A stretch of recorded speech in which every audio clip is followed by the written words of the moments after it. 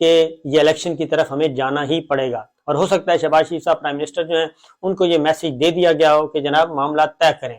اس کی ریزن یہ ہے کہ جناب باجوہ صاحب انہوں نے ایک بات کی ہے، انہوں نے کہا کہ فیک نیوز، سیاسی بحث و مباحثے پر توجہ نہ دیں۔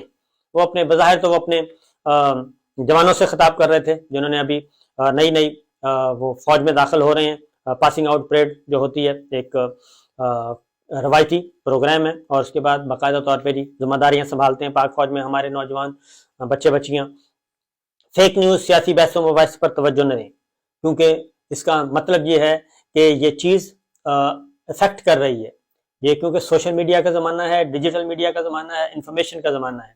آپ کسی انفارمیشن کو نہیں روک سکتے، آپ کسی نیریٹو کو نہیں روک سکتے، آپ پاسبل نہیں ہے کہ آپ وہ پرانے زمانے کا پہ واپس چلے جائیں اور آپ کہیں کہ جو بات ہوگی، اب تو پوری دنیا میں کہیں بھی بات ہوتی ہے ودن نو ٹائم وہ ہر یونٹ تک پہنچ جاتی ہے کہ جناب کیا چل رہا ہے۔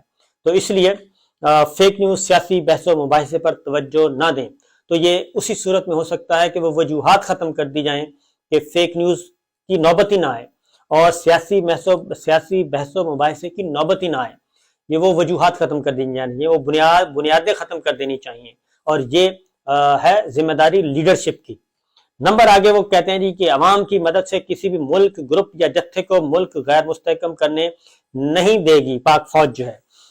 بالکل درست ہے، عوام کی مدد سے، یہ سوال ہے عوام کی مدد سے کسی بھی ملک، بالکل ٹھیک ہے، ملک کی طرف سے جب بھی کوئی کسی نے چیلنج کرنے کی کوشش کی تو آخری جو مارکا ہوا وہ ہوا 27 فروری کو۔ تو 27 فروری کو دیکھا کہ پوری قوم جو ہے وہ سیسا پلائی ہوئی دیوار تھی، کیونکہ اس وقت دشمن جو تھا وہ بڑا واضح تھا اور وہ حقیقی دشمن تھا، اور حقیقی دشمن سے ہماری مسلح افواج ٹکرا رہی تھیں۔ اور پھر دیکھا ہم نے کہ ابھی نندن کو کسی اور نے گرفتار نہیں کیا تھا، ابھی نندن کو گرفتار کرنے والے ہمارے دیہاتی تھے۔ جب اس نے چھلانگ لگا دی نیچے، اس کو نہیں پتا تھا کہ وہ کدھر ہے، اور جب اس نے ایجیکٹ کیا اور نیچے آیا زخمی حالت میں، اور اس نے یقیناً پسٹل بھی تانا، سب کچھ کیا، اور پسٹل تان کے اس نے جے ہند کا نعرہ بھی لگایا تھا، لیکن جواب میں جب پاکستان زندہ باد کا نعرہ دیہاتیوں نے لگایا اور دیہاتیوں نے اس کو پکڑا، تو اس وقت پتہ چل گیا تھا کہ پاکستان کے عوام جو ہیں وہ ہر دیہاتی، ہر سپاہی ہے، وہ پورے کا پورا سپاہی ہے۔ کسی کی انہوں نے کہیں سے ان کو ہدایات نہیں آ رہی تھیں، ان کا اوپر کوئی کمانڈر نہیں تھا، جو دیہاتی تھے، لیکن ان کو پتا تھا کہ یہ دشمن ہے، اور انہوں نے دشمن کو پکڑ کے حوالے کیا، اور اس کی جان جو ہے ہماری مسلح افواج کے جوانوں نے بچائی تھی، ہمارے دشمن کے پائلٹ کو۔ یہ بات ہے تو لہٰذا عوام کی مدد، عوام اس وقت کھڑے ہوتے ہیں جب آپ دشمن سے ٹکرا رہے ہوں۔ تو عوام کی اس وقت کثیر تعداد کیا کہہ رہی ہے، یہ ذرا سوچیں کہ عوام کی کثیر تعداد، تازہ ترین سروے آیا ہے، تازہ ترین سروے میں بھی پاکستان کے عوام جو ہیں وہ انتخابات مانگ رہے ہیں، الیکشن مانگ رہے ہیں۔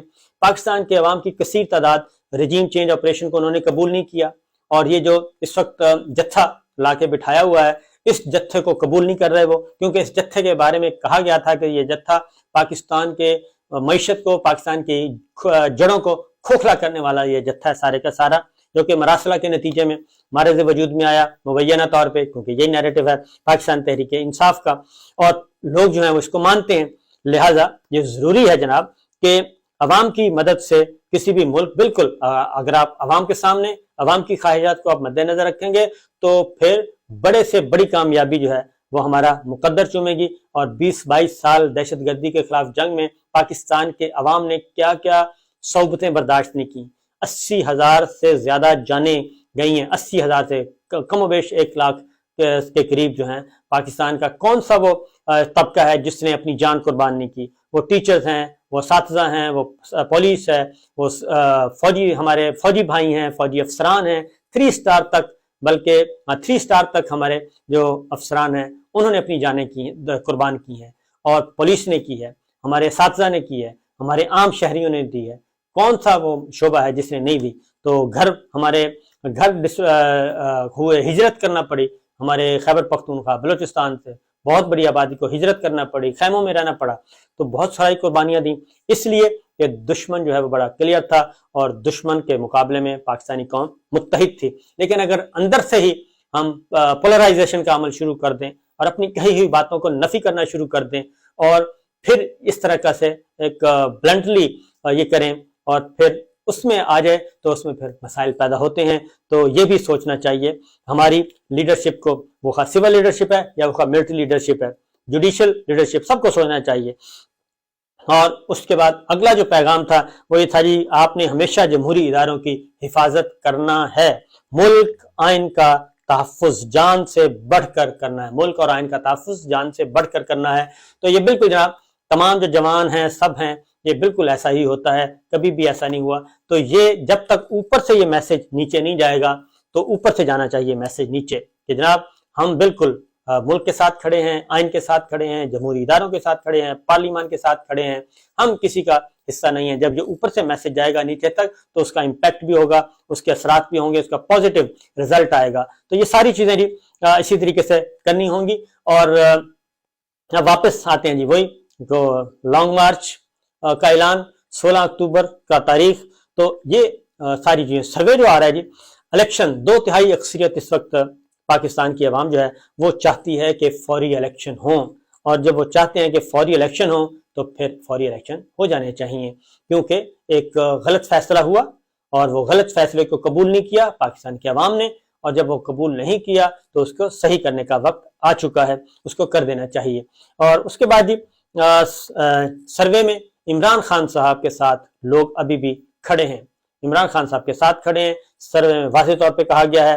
پھر ایک اور اچھی خبر ہے، اور وہ خبر کا ذرا ڈی کوڈ کرنے کی کوشش کی جا رہی ہے کہ آصف علی زرداری صاحب کی طبیعت بہتر ہو رہی ہے. اور سنا ہے کہ آصف علی زرداری صاحب کی طبیعت خراب بھی تھی، اور پھر درمیان میں آیا کہ پھیپھڑوں میں پانی آ گیا، پھر انہوں نے باہر جانا تھا دبئی، لیکن وہ رک گئے ہیں. بلاول بھٹو کی طرف سے کہا گیا ہے کہ ان کی خبر صحت بہتر ہے، وہ جلد گھر منتقل ہو جائیں گے. لیکن ایک اور بھی ہمارے پاس خبر ہے، اور وہ یہ ہے کہ زرداری صاحب کی اور نواز شریف صاحب کے درمیان کچھ صلح صفائی کی بھی کوشش کی جا رہی ہے. کوئی تھوڑا سا معاملہ تھا اپائنٹمنٹ کے معاملے میں، اپائنٹمنٹ کے معاملے میں معاملات اب شاید کوئی کہتے ہیں جی بہتر ہونے والے ہیں. بہرحال یہ دیکھنا پڑے گا، اور جب ابھی اس کے بارے میں وہ خبر واضح طور پہ نکلے گی باہر تو تب ہم کوئی بتا سکیں گے. لیکن آصف علی زرداری صاحب کی طبیعت کی بحالی جو ہے وہ بھی از خود ایک اچھی خبر ہے پولیٹیکلی بھی، کیونکہ یہ کچھ دن پہلے تک یہ تھا کہ شاید زرداری صاحب بھی دبئی جائیں گے. بہرحال اور دوسرا جی عمران خان صاحب کا ہیلی کاپٹر جو ہے وہ ایک بار پھر خراب ہوا ہے. یہ ایک الارمنگ سچویشن ہے، یہ تیسری دفعہ ہو چکا ہے، ہنگامی لینڈنگ کرنا پڑی، وہ محفوظ رہے. اس کے بعد وہ دیہات میں بچے کھیل رہے تھے کہ ان سے گھل مل گئے، ان سے گپ شپ لگائی، اپنے آٹوگراف دیے، سب کچھ دیا، اور اس کے بعد پھر وہ بائی روڈ جو آگئے واپس پہنچے اپنے بنی گالہ میں. تو یہ ہے صورتحال جی. تو میرا خیال ہے کہ کشیدگی کو ختم کرنے کے لیے یہ رانا صاحب کی طرف بڑھ رہے ہیں، گرفتار نہیں ہو سکے. انہوں نے اپنا سٹیٹمنٹ بھی سبمٹ کروا دیا واپس جا کے کہ پولیس نے تعاون نہیں کیا، ہم کورٹ آرڈر کے مطابق گئے تھے. وہ پورا ایک سٹیٹمنٹ اپنا جو ہے جواب داخل کروا دیا ہے متعلقہ عدالت میں. تو دیکھتے ہیں کیا ہوتا ہے. کشیدگی نہیں بڑھنی چاہیے. ایک بار پھر کہہ رہا ہوں، اجازت دیجیے، اللہ حافظ.